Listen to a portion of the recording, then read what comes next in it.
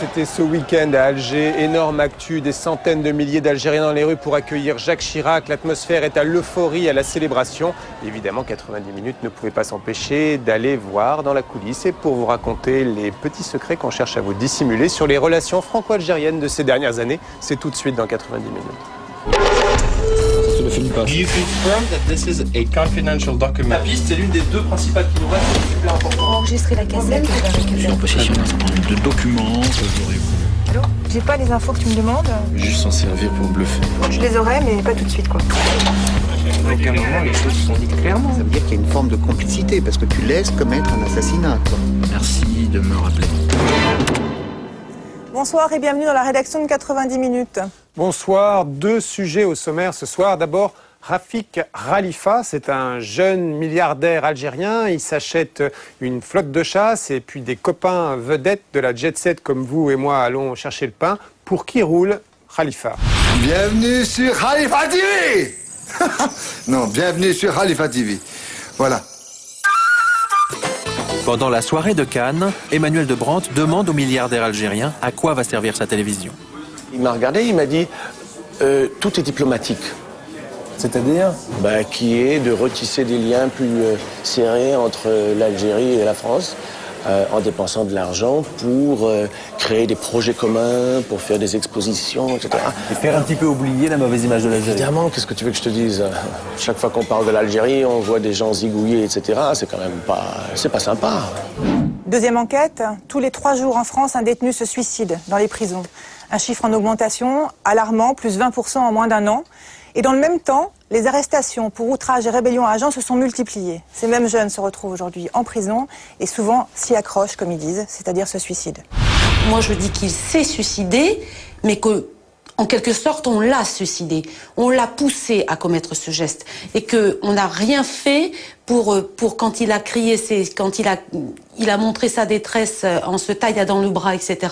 On n'a rien fait pour l'entendre. Nous avons récupéré donc les effets qu'il portait sur lui, dont le t-shirt. Voilà, qui veut absolument tout dire.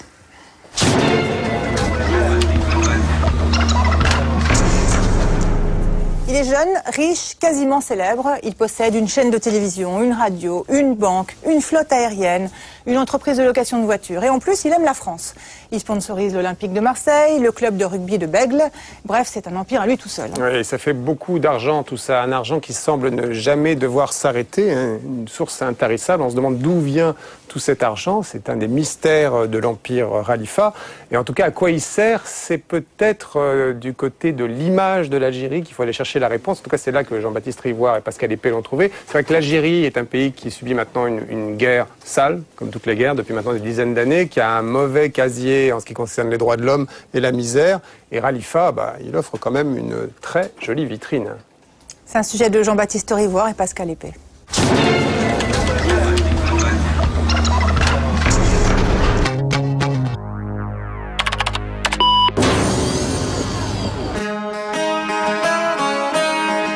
Rafik Abdelmoumen Khalifa, 36 ans, algérien, milliardaire.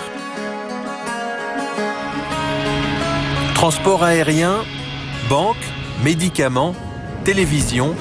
Jusqu'à ces dernières semaines, Khalifa symbolisait la réussite de l'Algérie. En moins de 10 ans, raconte son site internet, ce docteur en pharmacie algérien a su, en stratège implacable, développer une série d'initiatives qui ont propulsé son groupe au premier rang des entreprises privées de son pays. En septembre dernier, il lance en France Khalifa TV, une nouvelle chaîne de télévision par satellite. Pour fêter l'événement, Rafik Khalifa organise à Cannes l'une des fêtes les plus pharaoniques que la jet set ait connue depuis 10 ans.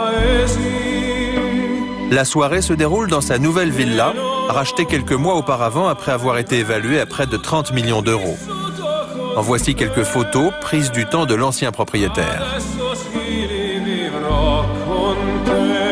Restaurant, piscine, parc de plus d'1 hectare, un vrai décor de rêve pour recevoir ses amis du cinéma, du show business et de la chanson. Parmi ses invités ce soir-là, le célèbre prince Emmanuel Philibert de Savoie ou Serge de Yougoslavie, mais aussi la nièce du président Bush ou Melanie Griffith, la crème de la jet set. Au programme de la soirée, concert privé d'Andrea Bocelli et de Sting. Parmi les 300 invités, beaucoup sont venus dans des avions spécialement affrétés par Rafik Khalifa. La plupart sont logés à ses frais dans les plus grands palaces de Cannes. On avait dépensé une fortune pour créer l'atmosphère d'une fête élégante, fortunée, sophistiquée, culturellement correcte. C'était fabuleux, fabuleux. Ce qui était drôle, c'était que le moindre coup d'épaule, on butait dans une star mondiale. C'était Hollywood. La semaine suivante, les photos de la fête font le bonheur de la presse People. Encore inconnu quelques jours auparavant, Rafik Khalifa est le nouveau milliardaire qui compte, et pour cela, il lui a suffi de dépenser un peu d'argent. Il suffit de dépenser 30 millions. C'est à peu près le prix de la fête. Ah, c'était le prix de la fête. Pour organiser une soirée pareille, il a donc fallu de l'argent, mais aussi un certain savoir-faire. L'opération s'est montée en plusieurs étapes. La première, c'est de toute façon d'organiser un truc qui est au bénéfice d'une charité. Alors on trouve la marraine de la charité qui est toujours un peu médiatique. Cette fois-ci, c'est Trudy Styler. Pour Amphar, c'est Sharon Stone ou Elizabeth Taylor. C'est du lourd. Et puis, ça déjà, ça crée un drainage, voilà, un sillon. Quelques autres substars, des sous-célébrités, vont filer dans le sillage. Hein. En clair, le milliardaire promet à la marraine, Trudy Styler, de verser une grosse somme d'argent à sa fondation, et la marraine appelle ses amis les stars. Trudy leur a dit, venez, votre présence justifiera un chèque énorme. Ce qui est légitime, je trouve que c'est... Et lui, en versant ce chèque, il était sûr qu'il aurait des stars. Il était sûr d'avoir des stars, oui. Ensuite, on engage des attachés de presse qui font venir, relations publiques, qui font venir la deuxième couche.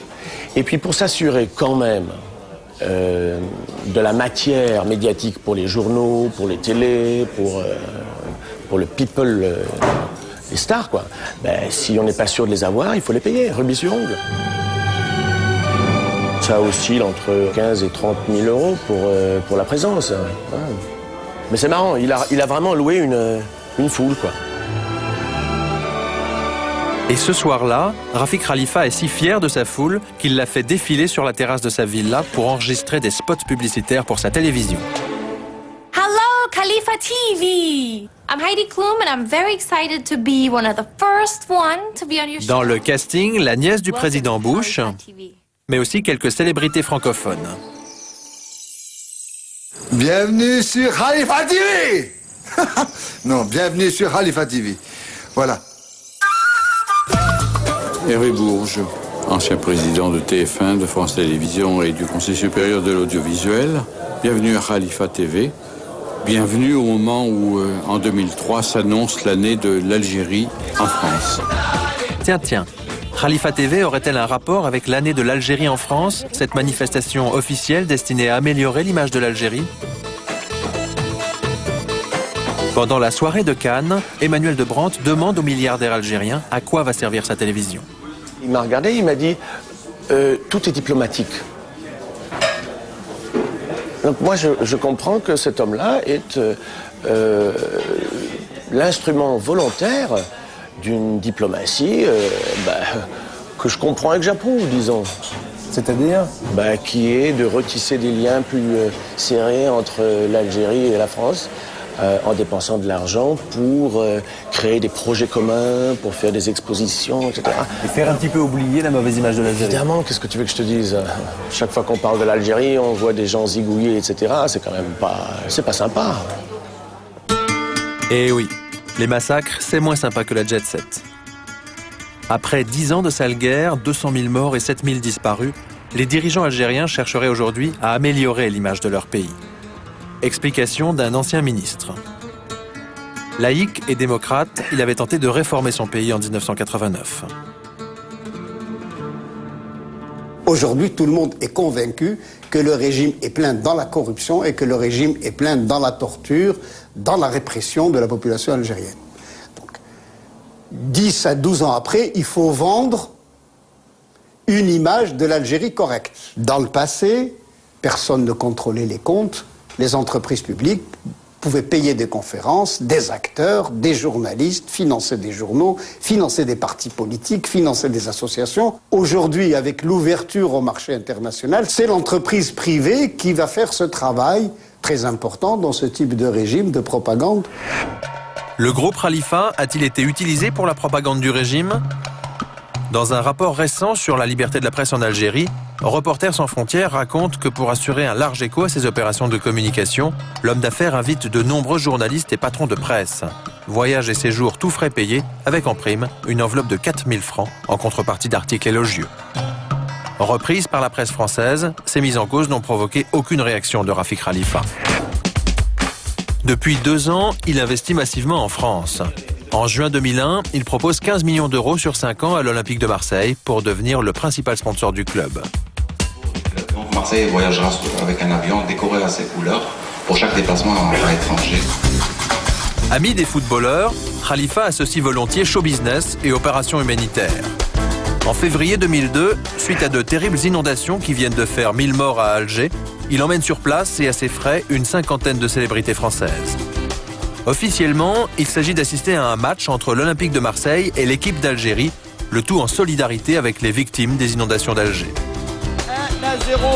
Ces images sont filmées et commentées par la télévision de l'Olympique de Marseille. But d'Ibrahima Bakayoko à la 42e minute, alors qu'on voit du beau monde dans le public. Et Gérard Depardieu qui est venu, ainsi que Catherine Deneuve, sous les yeux du président Bouteflika, qui recevra à la fin de la rencontre la délégation marseillaise ainsi que toute la presse régionale et nationale. Attention à cette première occasion pour... Le soir du match, au lieu d'emmener Deneuve et Depardieu voir les victimes des inondations, Rafik Khalifa leur propose un dîner officiel avec le président Bouteflika. Le lendemain, nos acteurs se retrouvent à la une de la presse algérienne, un bon coup de pub pour le régime. Décryptage de l'opération par un ancien haut dirigeant algérien aujourd'hui dans l'opposition. La stratégie du régime, c'est le trompe-l'œil. C'est la gestion démoniaque des apparences. Il s'agit de montrer que l'Algérie est un pays normal où des acteurs de premier ou deuxième plan peuvent aller se promener sans risque et ainsi montrer à la fois au peuple algérien que son régime est apprécié par les grandes stars du cinéma international et montrer au peuple français que ces stars, ces acteurs, actrices peuvent aller en Algérie qui est un pays totalement fréquentable. Reste à comprendre pourquoi ces stars se sont prêtées à une telle opération de communication. Malgré plusieurs demandes, Gérard Depardieu n'a pas souhaité répondre à nos questions. Ce qu'on sait aujourd'hui, c'est qu'il s'engageait à l'époque dans un business avec Rafik Khalifa en Algérie, racheter des vignes dans l'ouest du pays. Quant à Catherine Deneuve, que faisait-elle dans cette aventure ? Contactée, l'actrice française nous rappelle à Canal+. Elle affirme qu'elle s'est rendue en Algérie gratuitement par gentillesse, qu'elle a été contrainte d'assister au dîner officiel avec le président Bouteflika alors que ça n'était pas prévu et qu'elle est contrariée que sa présence ait pu être exploitée politiquement. Rafik Khalifa, lui, est content. Ce jour-là, il a réussi son coup. Les stars, ça marche. De retour d'Alger, toujours avec Gérard Depardieu, Rafik Khalifa inaugure la nouvelle voiture de course de Paul Belmondo qu'il sponsorise. On s'est rencontrés et j'ai vu Monsieur Khalifa et il a plongé tout de suite. C'est fantastique d'avoir des gens comme ça qui sont motivés par le sport. Mais sa plus belle opération, Khalifa la monte au printemps dernier avec le film Astérix et Obélix. Le 27 avril, plusieurs stars du film décollent pour Alger dans un Airbus de Khalifa Airways. Sur place, un convoi officiel les emmène vers une luxueuse résidence gouvernementale. Vive l'Algérie! À l'intérieur, ils retrouvent Gérard Depardieu. Pendant une semaine, Astérix doit être projeté gratuitement en Algérie. Les autorités affirment que 200 000 enfants vont pouvoir en profiter. 200 000 enfants. Tu vas voir, parce qu'il a fait le ministre de la Solidarité, c'est extraordinaire. Tu as un homme, tu as un Boutef. Ah oui, s'il vous plaît. Ali Benflis, le Premier ministre algérien, accueille ses invités pour déjeuner. Ah oui, d'accord, c'est juste derrière.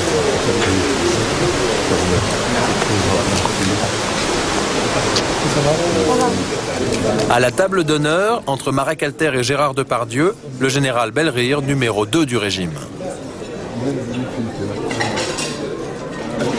Depardieu lui présente Alain Chabat.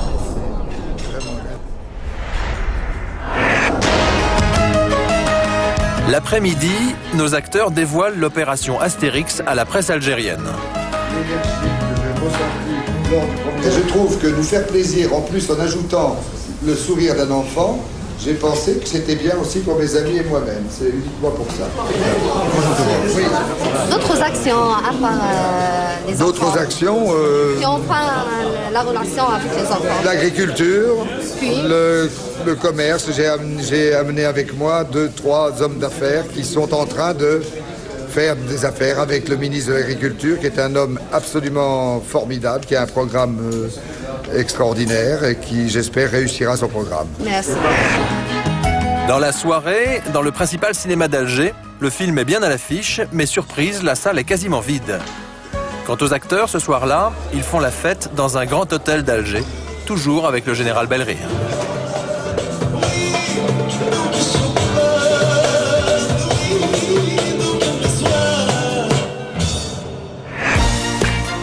Et rien ne semble arrêter notre milliardaire.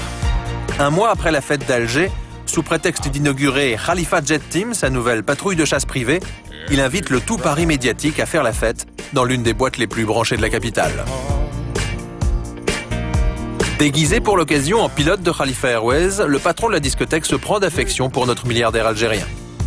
C'est un vrai seigneur parce qu'il donne sans compter. Là, il y a Muriel Robin, avec Paul Belmondo et évidemment Josiane Balasco. Plutôt fier de ses invités, Tony Gomez nous les présente. Koumen.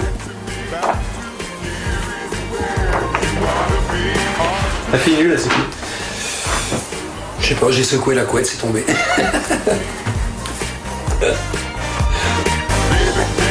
Vous les connaissez évidemment, Daisy et Karl.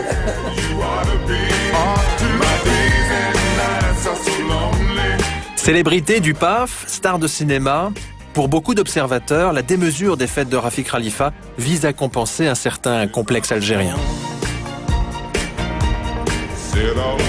Parmi tous ces gens qui tiennent le pouvoir aujourd'hui en Algérie,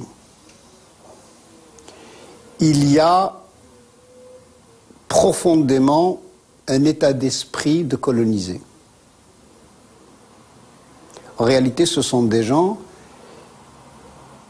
qui veulent payer très cher pour paraître blancs, je m'excuse la terminologie, et qui pensent que le blanc évolué, que le blanc moderne est un blanc qui se met en string, qui fréquente les boîtes de nuit, et qui boit beaucoup, qui est très corrompu, qui claque de l'argent un peu partout, et ils pensent que c'est comme ça qu'on les prendra pour une république moderne, comme ils disent.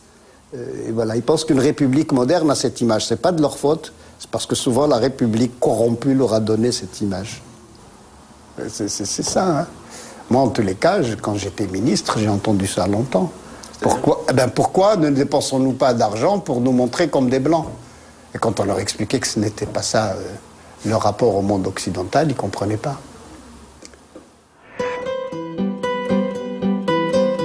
Rafik Abdelmoumen Khalifa serait-il un enfant de la Chichi, la bourgeoisie d'Alger qui rêve d'imiter l'Occident?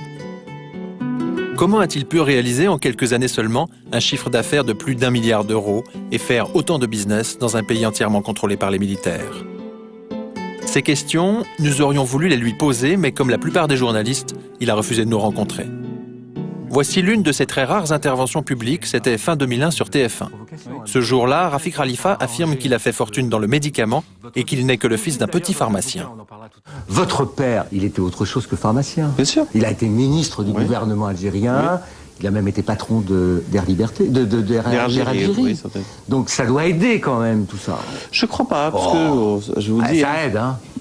Ça aide pas tellement, parce que j'ai pas réussi. Ça aide, ça donne des ouvertures. Rafik est d'autant plus embêté que son père, Laroussi Khalifa, était encore plus que cela. Avant l'indépendance, il a participé à la création de la sécurité militaire, les services secrets d'Alger. Finalement, la question que beaucoup se posent, c'est est-ce que vous êtes en fait soutenu par le régime ou est-ce que c'est vous qui soutenez le régime ? Ni l'un ni l'autre. Je suis un opérateur économique normal. Le régime fait sa politique et c'est tout. Il y a plusieurs partis. Officiellement, donc, Rafik Khalifa serait un chef d'entreprise ordinaire. Je pose ces questions parce que les rapports entre l'État et les entreprises... Mais pour cet entrepreneur français qui vit à Alger, il est impossible de faire autant d'affaires en Algérie sans être soutenu par les plus hauts dirigeants.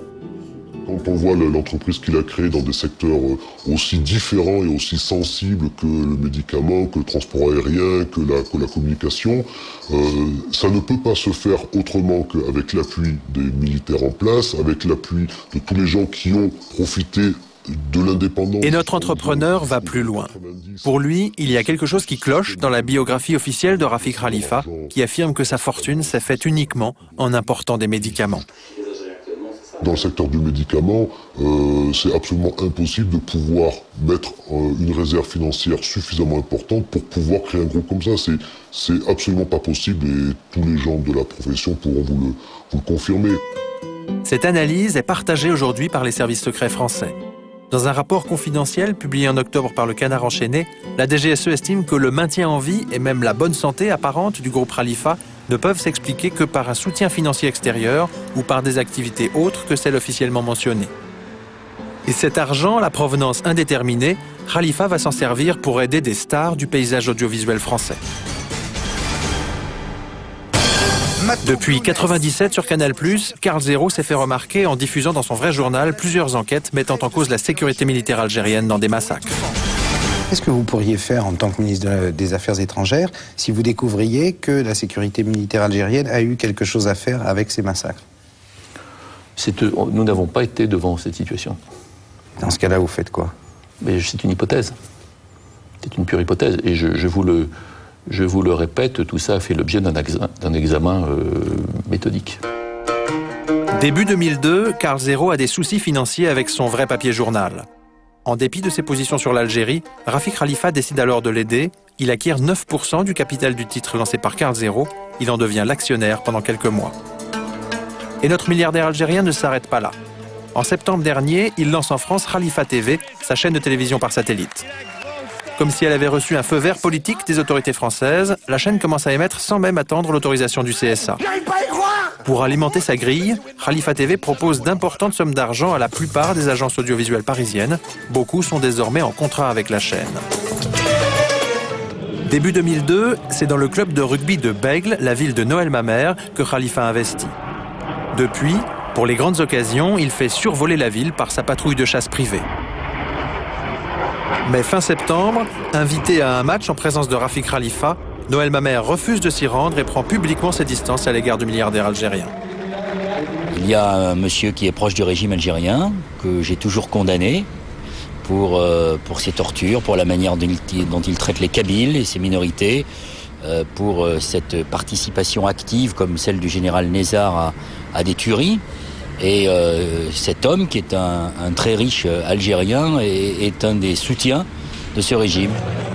Parmi les piliers du club, Gérard Depardieu, l'associé de Rafik Khalifa. Quand Mamère attaque le milliardaire, c'est l'acteur qui répond. Je pense que Bègle, il leur manque 5-6 matchs ensemble pour avoir, mais ils ont une équipe très forte. C'est dommage qu'ils aient un maire aussi con, mais enfin, il y a des bons présidents. Parce que c'est un maire raciste comme ça qui parle en 2002 de choses pareilles, enfin bref. Il a peut-être chié dans son froc en velours. Sur le coup, je suis tombé de l'armoire de voir qu'il pouvait faire preuve de tant d'excès. Je ne connais pas Depardieu, je ne l'ai jamais rencontré, il ne m'a jamais vu. Donc je trouve que l'excès de Depardieu correspond bien à ce qu'il est dans les affaires. C'est quand même un garçon qui n'hésite pas à aller soutenir un nationaliste dangereux qui s'appelle M. Messiar en Slovaquie, qui n'hésite pas à serrer la main de Fidel Castro, qu'il appelle mon ami Depardieu, et à investir dans le pays de ce qui est quand même un dictateur, et qui maintenant vient s'acoquiner avec M. Khalifa et avec les généraux. Parce que le lendemain du match, c'est pas moi qui le dis, c'est le journal El Watan. Depardieu a pris un avion de Khalifa Airways, est allé à Tlemcen pour visiter les nouveaux vignobles qu'il avait achetés. Je vous rappelle que ces vignobles, il peut les acheter, mais l'État algérien a 40% des intérêts. Et le journaliste d'El Watan raconte que Depardieu a demandé à ses amis de le rejoindre sur la photo avec cette déclaration qui en dit long sur son sens de la philanthropie. Venez les gars, il y a du pognon à prendre. Si c'est ça la philosophie de Gérard Depardieu, c'est la sienne, mais c'est pas la mienne. Quelques jours après cet incident, Khalifa TV s'en prend à son tour aux députés français. L'actualité, disons-le, pour aujourd'hui, puisque vous aurez remarqué que depuis pratiquement 15 jours, le plus grand escroc, et je le dis et je l'assume, de la politique en France, il a pour nom, on va le citer, Noël Mamère. Charlot notoire, je suis désolé d'employer le terme Charlot parce que Charlie Chaplin, lui, c'était un grand monsieur. Bien Noël Mamère, lui, il veut se relancer. C'est vrai qu'il veut relancer les scores minables qu'il a fait lors des élections de son parti, lors des élections présidentielles. Et voilà, ça continue comme ça pendant 5 minutes. Suite à cet éditorial diffamatoire et aux protestations du député français, le CSA envoie une mise au point à Khalifa TV. Vous savez qu'à la suite de cette démarche, d'une part, Khalifa TV a interrompu ses émissions en attendant d'obtenir le conventionnement, et d'autre part, nous a fait savoir qu'il y avait une nouvelle personne qui était chargée de la direction de l'information, que cette personne veillerait à ce que les règles d'équité, de traitement des différents courants de pensée, de pluralisme, d'honnêteté de l'information... Malgré l'incident, le CSA autorise Khalifa TV à émettre et à diffuser de l'information depuis la France. Pour annoncer la bonne nouvelle à la population, Gérard Depardieu achète une page de pub dans Libération. Je me réjouis de la liberté redonnée à la chaîne KTV de pouvoir émettre pour le bien de tous mes amis d'Algérie. Bonsoir. Autrement dit, qui a pour habitude... En décembre, avec l'aide de journalistes et d'une présentatrice météo de France 3, KTV commence à diffuser des émissions sur l'année de l'Algérie en France et des débats de politique internationale. À la même époque, la patronne de Khalifa TV accueille une équipe de Plus Clair, l'émission Média de Canal+, pour visiter la rédaction et présenter sa ligne éditoriale. Je ne suis pas une agence de communication, moi je suis une chaîne de télévision, et à partir de là, tous les courants auront, selon tous les quotas traditionnels fixés, je dirais, dans la réglementation de l'audiovisuel, eh bien tout le monde aura droit à la parole. Pour tenter d'évaluer l'indépendance de la rédaction à l'égard d'Alger, nous avons regardé comment elle réagissait en cas d'événement embarrassant pour le régime. Premier exemple, le 23 décembre dernier. À la une du quotidien Libération, le témoignage d'un ancien officier de la sécurité militaire qui affirme que les moines de Tibérine, assassinés en Algérie en 1996, avaient été enlevés sur ordre d'Alger. Le soir, la plupart des JT français prennent le scoop au sérieux, mais pas Khalifa TV qui décide de ne pas évoquer l'affaire à l'antenne. Deuxième exemple, le 12 janvier dernier. Pour la deuxième fois en une semaine, des opposants algériens manifestent à Paris. Ce qu'ils dénoncent, c'est la façon dont les manifestations kabyles sont réprimées depuis 2 ans en Algérie. Au printemps 2001, une centaine de manifestants avaient été abattus en quelques semaines par les forces de l'ordre. Sur ces images, tournées par un vidéaste amateur, les gendarmes s'en prennent aux manifestants kabyles avec l'aide de mystérieux civils.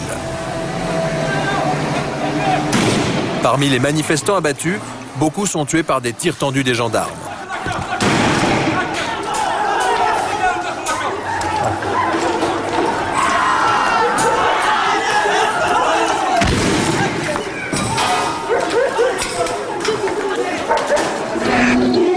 Ce jour-là, à Paris, les manifestants réclament la libération de leurs frères en grève de la faim dans les prisons algériennes.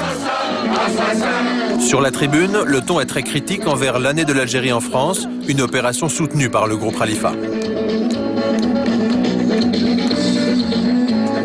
L'Algérie est mon pays. Je suis fier aussi de faire l'année algérienne, mais pas cette année. Cette année de la honte. Cette année qui exhibe des milliards de dollars. Cette année qui exhibe la politique qui assassine. Comment aujourd'hui le pouvoir français peut accueillir en France, sur le sol français, cette Algérie? Je croyais que c'était un pays de la liberté. Des milliers d'Algériens qui manifestent à Paris, logiquement cela devrait intéresser Khalifa TV. Merci d'être avec nous pour un nouveau tour d'horizon de l'actualité. Les derniers développements. Mais le soir, alors que certaines chaînes françaises évoquent l'événement, surprise, le journal de KTV n'en dit pas un mot. L'Algérie n'est évoquée qu'au milieu du journal, notamment à propos d'une expo organisée dans le cadre de l'année de l'Algérie en France. Comment prolonger la rencontre privilégiée entre deux hommes d'État, l'émir Abdelkader et Napoléon III? À la suite de cette affaire, nous avons demandé aux responsables de la rédaction, dont certains sont des professionnels expérimentés, pourquoi ils n'avaient pas parlé de la manifestation des Kabyles. Ils n'ont pas souhaité s'exprimer devant notre caméra. L'absence de Khalifa TV le jour de la manif est d'autant plus étonnante que dans la rue, les jeunes avaient des choses à dire, notamment sur les rapports entre la France et l'Algérie. On dit souvent que la France n'intervient pas en Algérie. Allez dans le sud algérien, vous verrez que la France est présente et bien présente. Personne ne dénonce les agissements du pouvoir. Mais dans le sud algérien, ils sont bien là. Pour signer les contrats en millions de dollars, en milliards de dollars, ils sont toujours là. Ce sera toujours pareil. Le 6 novembre dernier, l'année de l'Algérie en France est présentée officiellement à Paris. Présidée par Hervé Bourges, elle est inaugurée le 31 décembre par un concert à Bercy. Organisé en collaboration avec les autorités algériennes, l'événement est également soutenu par le groupe Khalifa. Plutôt montré du doigt par les temps qui courent, les jeunes Français d'origine algérienne sont venus en nombre. Pour une fois, ils ont le droit d'être fiers de leur origine. Vive l'Algérie! On est là pour faire la fête, pas d'amalgame ou tout ce qui se passe au niveau de la politique de nos jours. C'est l'année de l'Algérie en France et on est là pour faire la fête. Puis le dernier mot, on passe un petit coucou à M. Sarkozy, il se reconnaîtra. Voilà. Devant Bercy, de jeunes opposants distribuent des tracts hostiles au régime. Dans la salle, les organisateurs tentent au contraire de récupérer les jeunes. Sans vous, il n'y a pas de joie ce soir. Sans vous, il n'y a pas de bonheur ce soir. Comme pour assurer une bonne couverture de l'année de l'Algérie en France par les médias du service public, les organisateurs en ont fait des partenaires de l'opération. Aujourd'hui, France 2, France 3, France 5, mais aussi Radio France sont associés à l'événement, tout comme le groupe Khalifa. Mais depuis quelques semaines, des ONG comme Reporters sans frontières ou des entreprises comme la Fnac commencent à se poser des questions sur cette année de l'Algérie en France qui évoque si peu les vrais problèmes des Algériens. Plus grave, depuis quelques mois, le régime s'appuie sur l'événement pour essayer de faire oublier les crimes de la sale guerre, comme par exemple les 7000 Algériens disparus après avoir été arrêtés par les forces de sécurité. Décryptage de la stratégie d'Alger par le président d'honneur de la Fédération internationale des droits de l'homme. Pour éluder la question, il y a deux mécanismes de riposte qui sont mis sur pied. Le premier consiste à dire on va essayer d'indemniser les familles des victimes. D'abord, ça les fera peut-être taire, et puis ça permettra d'assourdir un peu le bruit fait autour de tout ça, pense-t-il. Et deuxièmement, amnistie, donc autrement dit, auto-amnistie. C'est bien finalement. C'est bien pour eux, mais je crois qu'il y aura une morale dans tout ça, et que dans quelques mois, quelques années, ces généraux algériens, ceux qui seront encore en vie, auront à répondre de leurs actes. Ils font un mauvais calcul. Dans tous les pays, on a pu constater qu'on ne tourne pas la page de cette façon-là, qu'il y a une recherche systématique d'abord de la vérité et ensuite de la justice. Et il n'y a pas d'autres exemples, qu'on prenne les pays d'Amérique latine, qu'on prenne l'Afrique du Sud, qu'on prenne aujourd'hui le voisin marocain. Il n'y a pas d'autres exemples. On est rattrapé, on est poursuivi par son passé. Il devrait d'autant mieux le savoir que même ce qu'on appelle la guerre d'Algérie a rattrapé les Français eux-mêmes 40 ou 50 ans plus tard. Aux dernières nouvelles, la bonne étoile du milliardaire Rafik Khalifa commençait à pâlir. La semaine dernière, le directeur de sa télévision était arrêté à Alger avec une valise contenant 2 millions d'euros en liquide. Rafik Khalifa lui-même serait sur le point d'être lâché par certains dirigeants. Le milliardaire flambeur serait-il à son tour devenu gênant pour l'image de l'Algérie ?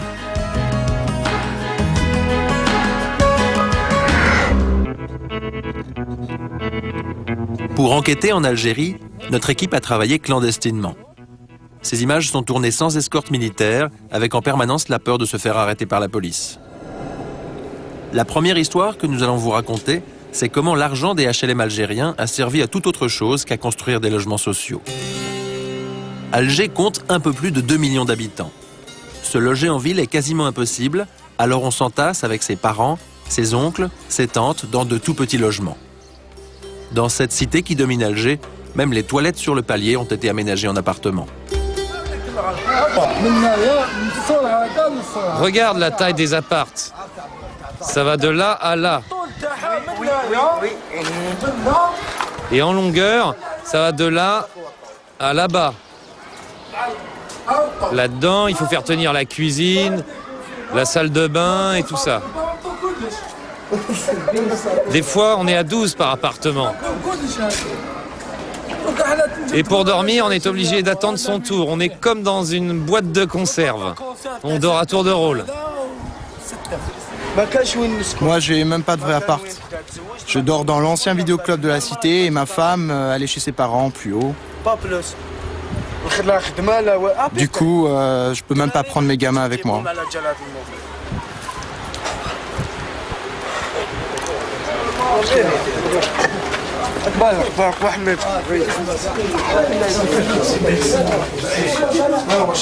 Voilà, ça c'est la petite banquette où je dors. Et ça c'est ma guitare. On chante des poèmes sur la vie, sur ceux qui nous ont trahis.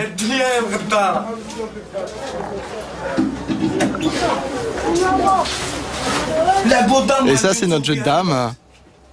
Quand on s'emmerde, on joue aux dames. L'Orican des Chalets, c'était l'entreprise américaine Chadwick. En 1993, elle parvient à convaincre Alger d'acheter une première tranche de 400 logements préfabriqués. Les chalets sont installés à la résidence du Club des Pins, où vivent les protégés du gouvernement. En 1994, la presse d'Alger révèle que l'opération a été en partie financée grâce à l'argent des petits épargnants de la CNEP. C'est le scandale. Un journal algérien calcule le nombre de logements sociaux qu'on aurait pu construire avec les millions de dollars des chalets américains. Pour la même somme à l'époque, ça aurait permis à la fois de construire 2500 logements alors que la demande est extrêmement forte des épargnants, et aussi de créer des dizaines de milliers d'emplois pendant au moins une année, quoi, le temps de construire ces 2500 logements. Et l'étude était très sérieuse, hein, elle n'a jamais été contestée. Et cette affaire des chalets est symbolique du fonctionnement plus global de l'économie algérienne. Plutôt que de fabriquer sur place les produits dont la population a besoin, les hauts responsables militaires préfèrent les importer de l'étranger, car étonnamment, cela leur rapporte plus d'argent. Sur le port d'Alger, le tiers des marchandises arrivent de France. Pour les faire entrer en Algérie, il a souvent fallu payer des commissions à des intermédiaires. Un patron français nous explique comment ça se passe.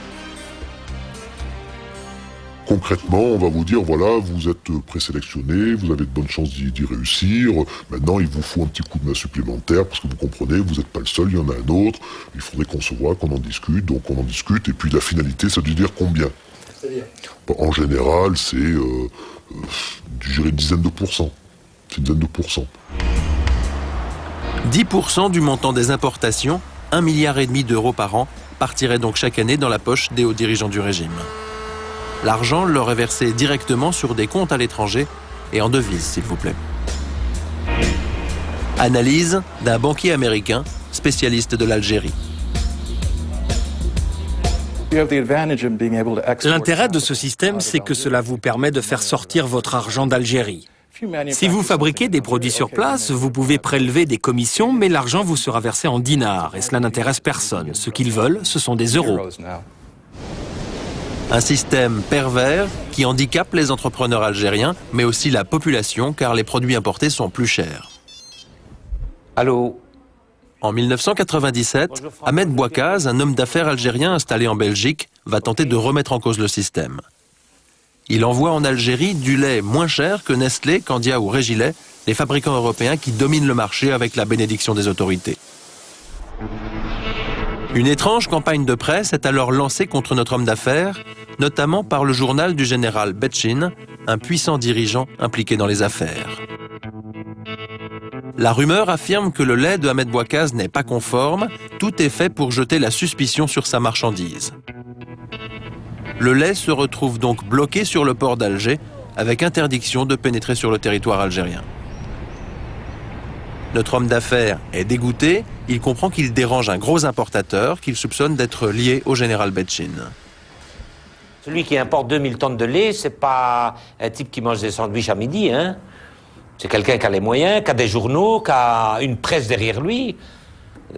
Et donc là, vous allez voir le général Betchin?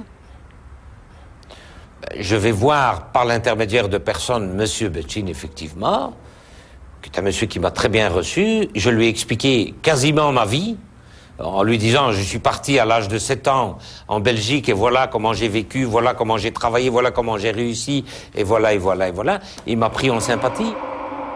Le général Betchin use alors de son influence pour débloquer le lait d'Ahmed Bouakkaz. L'homme d'affaires pense que tout est réglé, mais quelques semaines plus tard, les intermédiaires du général le recontactent à Bruxelles. C'est après que mon lait soit débloqué que ces gens, j'appellerais ce groupuscule de gens, est venu me dire que M. Betchin avait des problèmes financiers, que si on pouvait l'aider, on commence par 5-6 milliards et puis on vous dit mais il faudrait vite débloquer 1 milliard et on vient vous voir à Bruxelles, on vient négocier avec vous, on vient vous dire maintenant vous êtes assuré, vous avez vu avec quelle force on a pu faire sortir votre lait. Et on vient, on se met à l'hôtel, on profite un peu du séjour à l'hôtel, tout ça c'est joli. Hein. À vos frais? Non mais c'est pas un problème, payer l'hôtel, vous savez, je le payerai à n'importe quel Algérien qui viendra à Bruxelles. Et après il vous demande plus d'argent? Mais je l'ai jamais donné. Et donc on vous a bloqué votre lait? Ben c'est peut-être pour ça, certainement pour ça. Et oui, notre homme d'affaires refusant de payer, son lait est à nouveau bloqué. Bilan, des centaines de tonnes de marchandises détruites. Ancien officier de la sécurité militaire algérienne, aujourd'hui réfugié à Londres, le capitaine Ougnoun confirme que beaucoup de généraux sont impliqués dans les affaires et qu'ils sont souvent incontournables. Il est impossible de prendre un marché si on ne paye pas un général ou si en quelque sorte on n'achète pas la protection d'un général. Parce que impliquer un général au sein d'une affaire, c'est formellement assurer la réussite de cette affaire. Une économie largement basée sur l'importation, un pays où 40% de la population vit avec moins de 2 € par jour.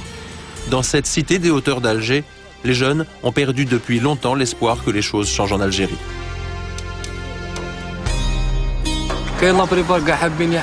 La plupart des gamins, ils connaissent tous les bateaux.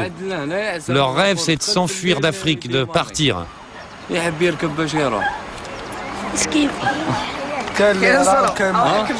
Alors la nuit, dans le port, ils montent clandestinement sur les bateaux pour essayer de s'enfuir. Il y en a qui sont partis et qui sont revenus, d'autres qui sont arrivés jusqu'en Espagne. Moi, j'ai pas envie de rester ici. J'ai vraiment pas envie de rester en Algérie.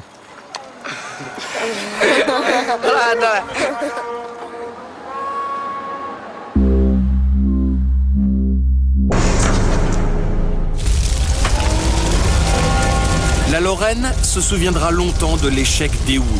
Il y a 13 ans, 3 usines devaient permettre la reconversion de centaines de personnes dans cette région sinistrée par la crise de la sidérurgie. Mais Daewoo Électronique a fait faillite et les 3 usines viennent de fermer, notamment celle de Mont-Saint-Martin où 550 salariés fabriquaient des tubes pour téléviseurs. Cet hiver, pendant plusieurs semaines de lutte radicale, les salariés ont occupé leur usine. Le garant de la boîte, là, voilà. D'accord? Si la garantie elle part, vous n'avez aucune garantie. La garantie des grévistes, c'est cet homme, le directeur coréen de l'usine. Il sera libéré au bout de 36 heures. Les salariés réclament des indemnités et de meilleures mesures de reclassement. Ces salariés lorrains sont victimes de la croissance boulimique du groupe sud-coréen. Criblés de dettes, toutes les usines Daewoo Électronique dans le monde vont fermer. Comptes truqués, détournements, corruption, le scandale Daewoo est comparable à 4 fois celui d'Enron. Les grévistes sont d'autant plus exaspérés que la France a largement subventionné l'implantation de Daewoo en Lorraine. Ça a coûté 1 million de francs par emploi. Ça veut dire, on t'aurait donné le 1 million de francs là, tu restais chez toi, c'était pareil. Daewoo a reçu de très nombreux avantages et privilèges de la France. Inventaire.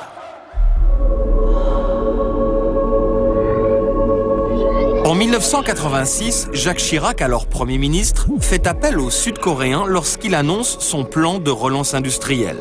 Pour sauver les emplois de Lorraine, l'État va beaucoup aider l'implantation de Daewoo. Entre 1989 et 1998, le groupe va bénéficier sous les gouvernements de droite comme de gauche de 46 millions d'euros d'aides publiques françaises et européennes.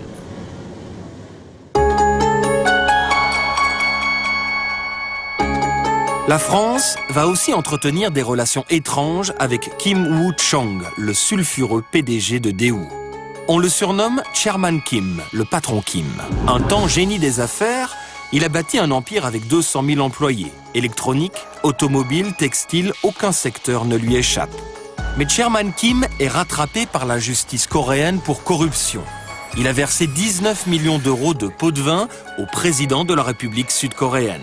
Scandale national. Monsieur Kim aurait également détourné entre 20 et 35 milliards d'euros. Il est condamné à 2 ans et demi de prison, mais il disparaît à l'étranger avec la caisse. On le soupçonne de s'être réfugié dans sa luxueuse villa, près de Nice. À 10 000 km de chez eux, 3 syndicalistes coréens de Daewoo viennent traquer leur ancien patron.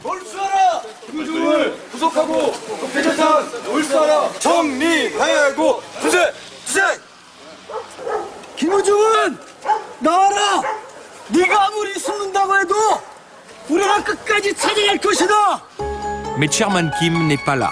Aujourd'hui, 2 ans plus tard, il est toujours en cavale, recherché par Interpol avec un passeport français.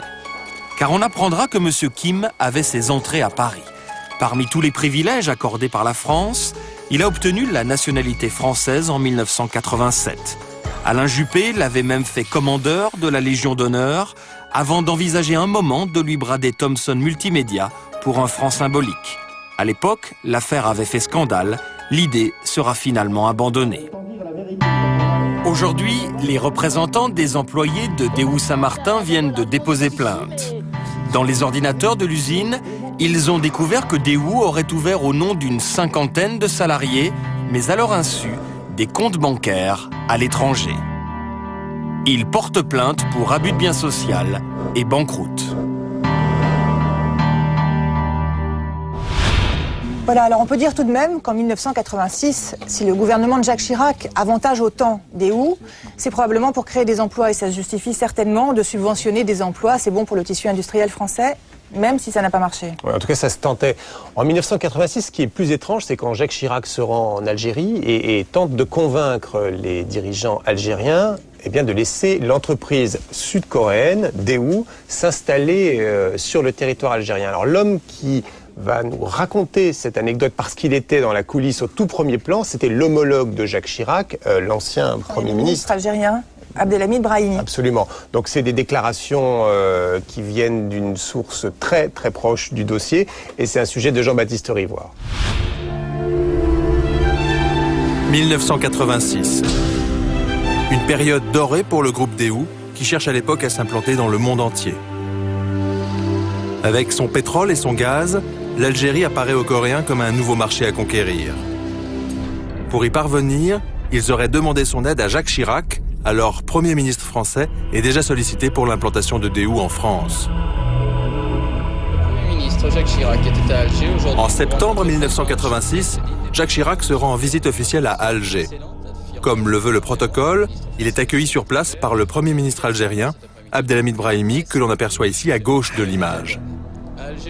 Réfugié à Londres depuis quelques années, Brahimi dénonce aujourd'hui la corruption du régime.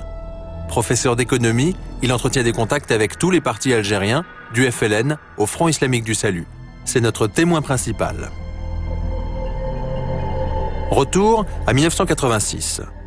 Pour honorer Jacques Chirac, le président Chadli organise un dîner loin des caméras dans une villa gouvernementale des hauteurs d'Alger. L'ambiance est détendue, Abdelhamid Brahimi est assis à côté de son homologue français Jacques Chirac.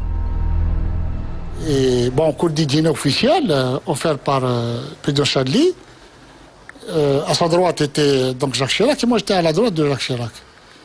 Et donc ils discutaient, etc. Et puis Jacques Chirac pensait que c'était la même mafia, hein. Moi je n'ai jamais été. Il me dit, essayez de m'aider pour la campagne électorale.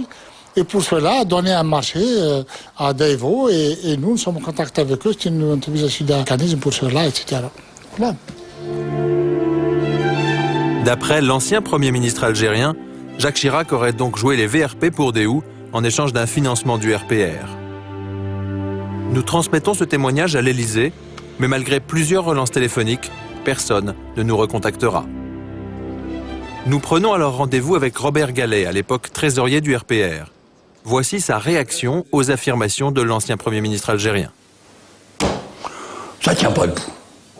Ce que vous me racontez ne tient pas debout. Vous n'avez pas vu passer d'argent de Déhou dans les caisses du RPR? Je suis même honteux que vous me posiez la question. L'ancien Premier ministre algérien aurait-il inventé toute cette histoire? Depuis 10 ans, la France refuse de lui accorder un visa, un blocage qui aurait été décidé sur pression d'Alger. Cherche-t-il à régler des comptes? Moi, je l'ai entendu de la bouche de M. Chirac, hein, je n'ai pas inventé. Hein. Moi, je n'ai rien contre M. Chirac. Je n'ai rien contre lui. Absolument rien. Absolument rien.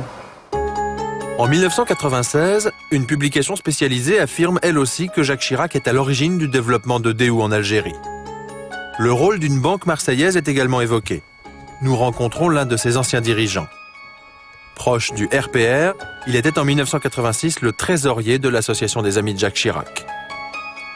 Je ne suis pas certain que Déhou ait financé le RPR, mais c'est la responsabilité de ce que vous dites. Bon, je sais que simplement que Déhou est venu s'installer en France vers ces années-là, et que Déhou a obtenu, comme n'importe quel étranger venant en France, des subventions régionales, ou même nationales, puisque les investissements se faisaient dans une région en difficulté qui était la Lorraine.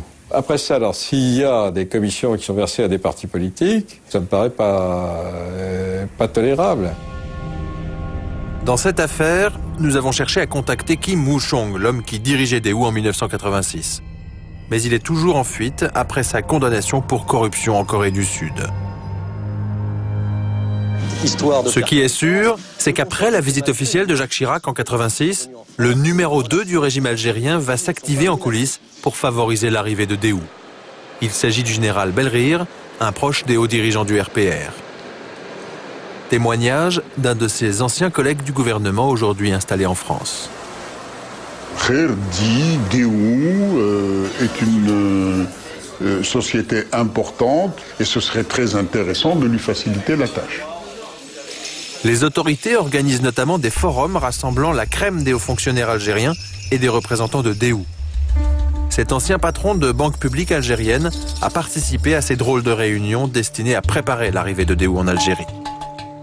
Toutes les entreprises publiques sont invitées à déléguer des représentants. J'assiste moi-même à une de ces forums qui était plus une manifestation vide de sens, une sorte de bulle de savon de marketing qu'autre chose. Dans l'entourage de notre banquier, tout le monde affirme que ce sont les Français qui ont insisté pour que Déhou puisse s'installer en Algérie. À l'époque, on nous dit c'est Chirac qui a demandé à Belkheir, même pas Chedli d'ailleurs, de prendre en considération Déhou dans l'investissement en Algérie.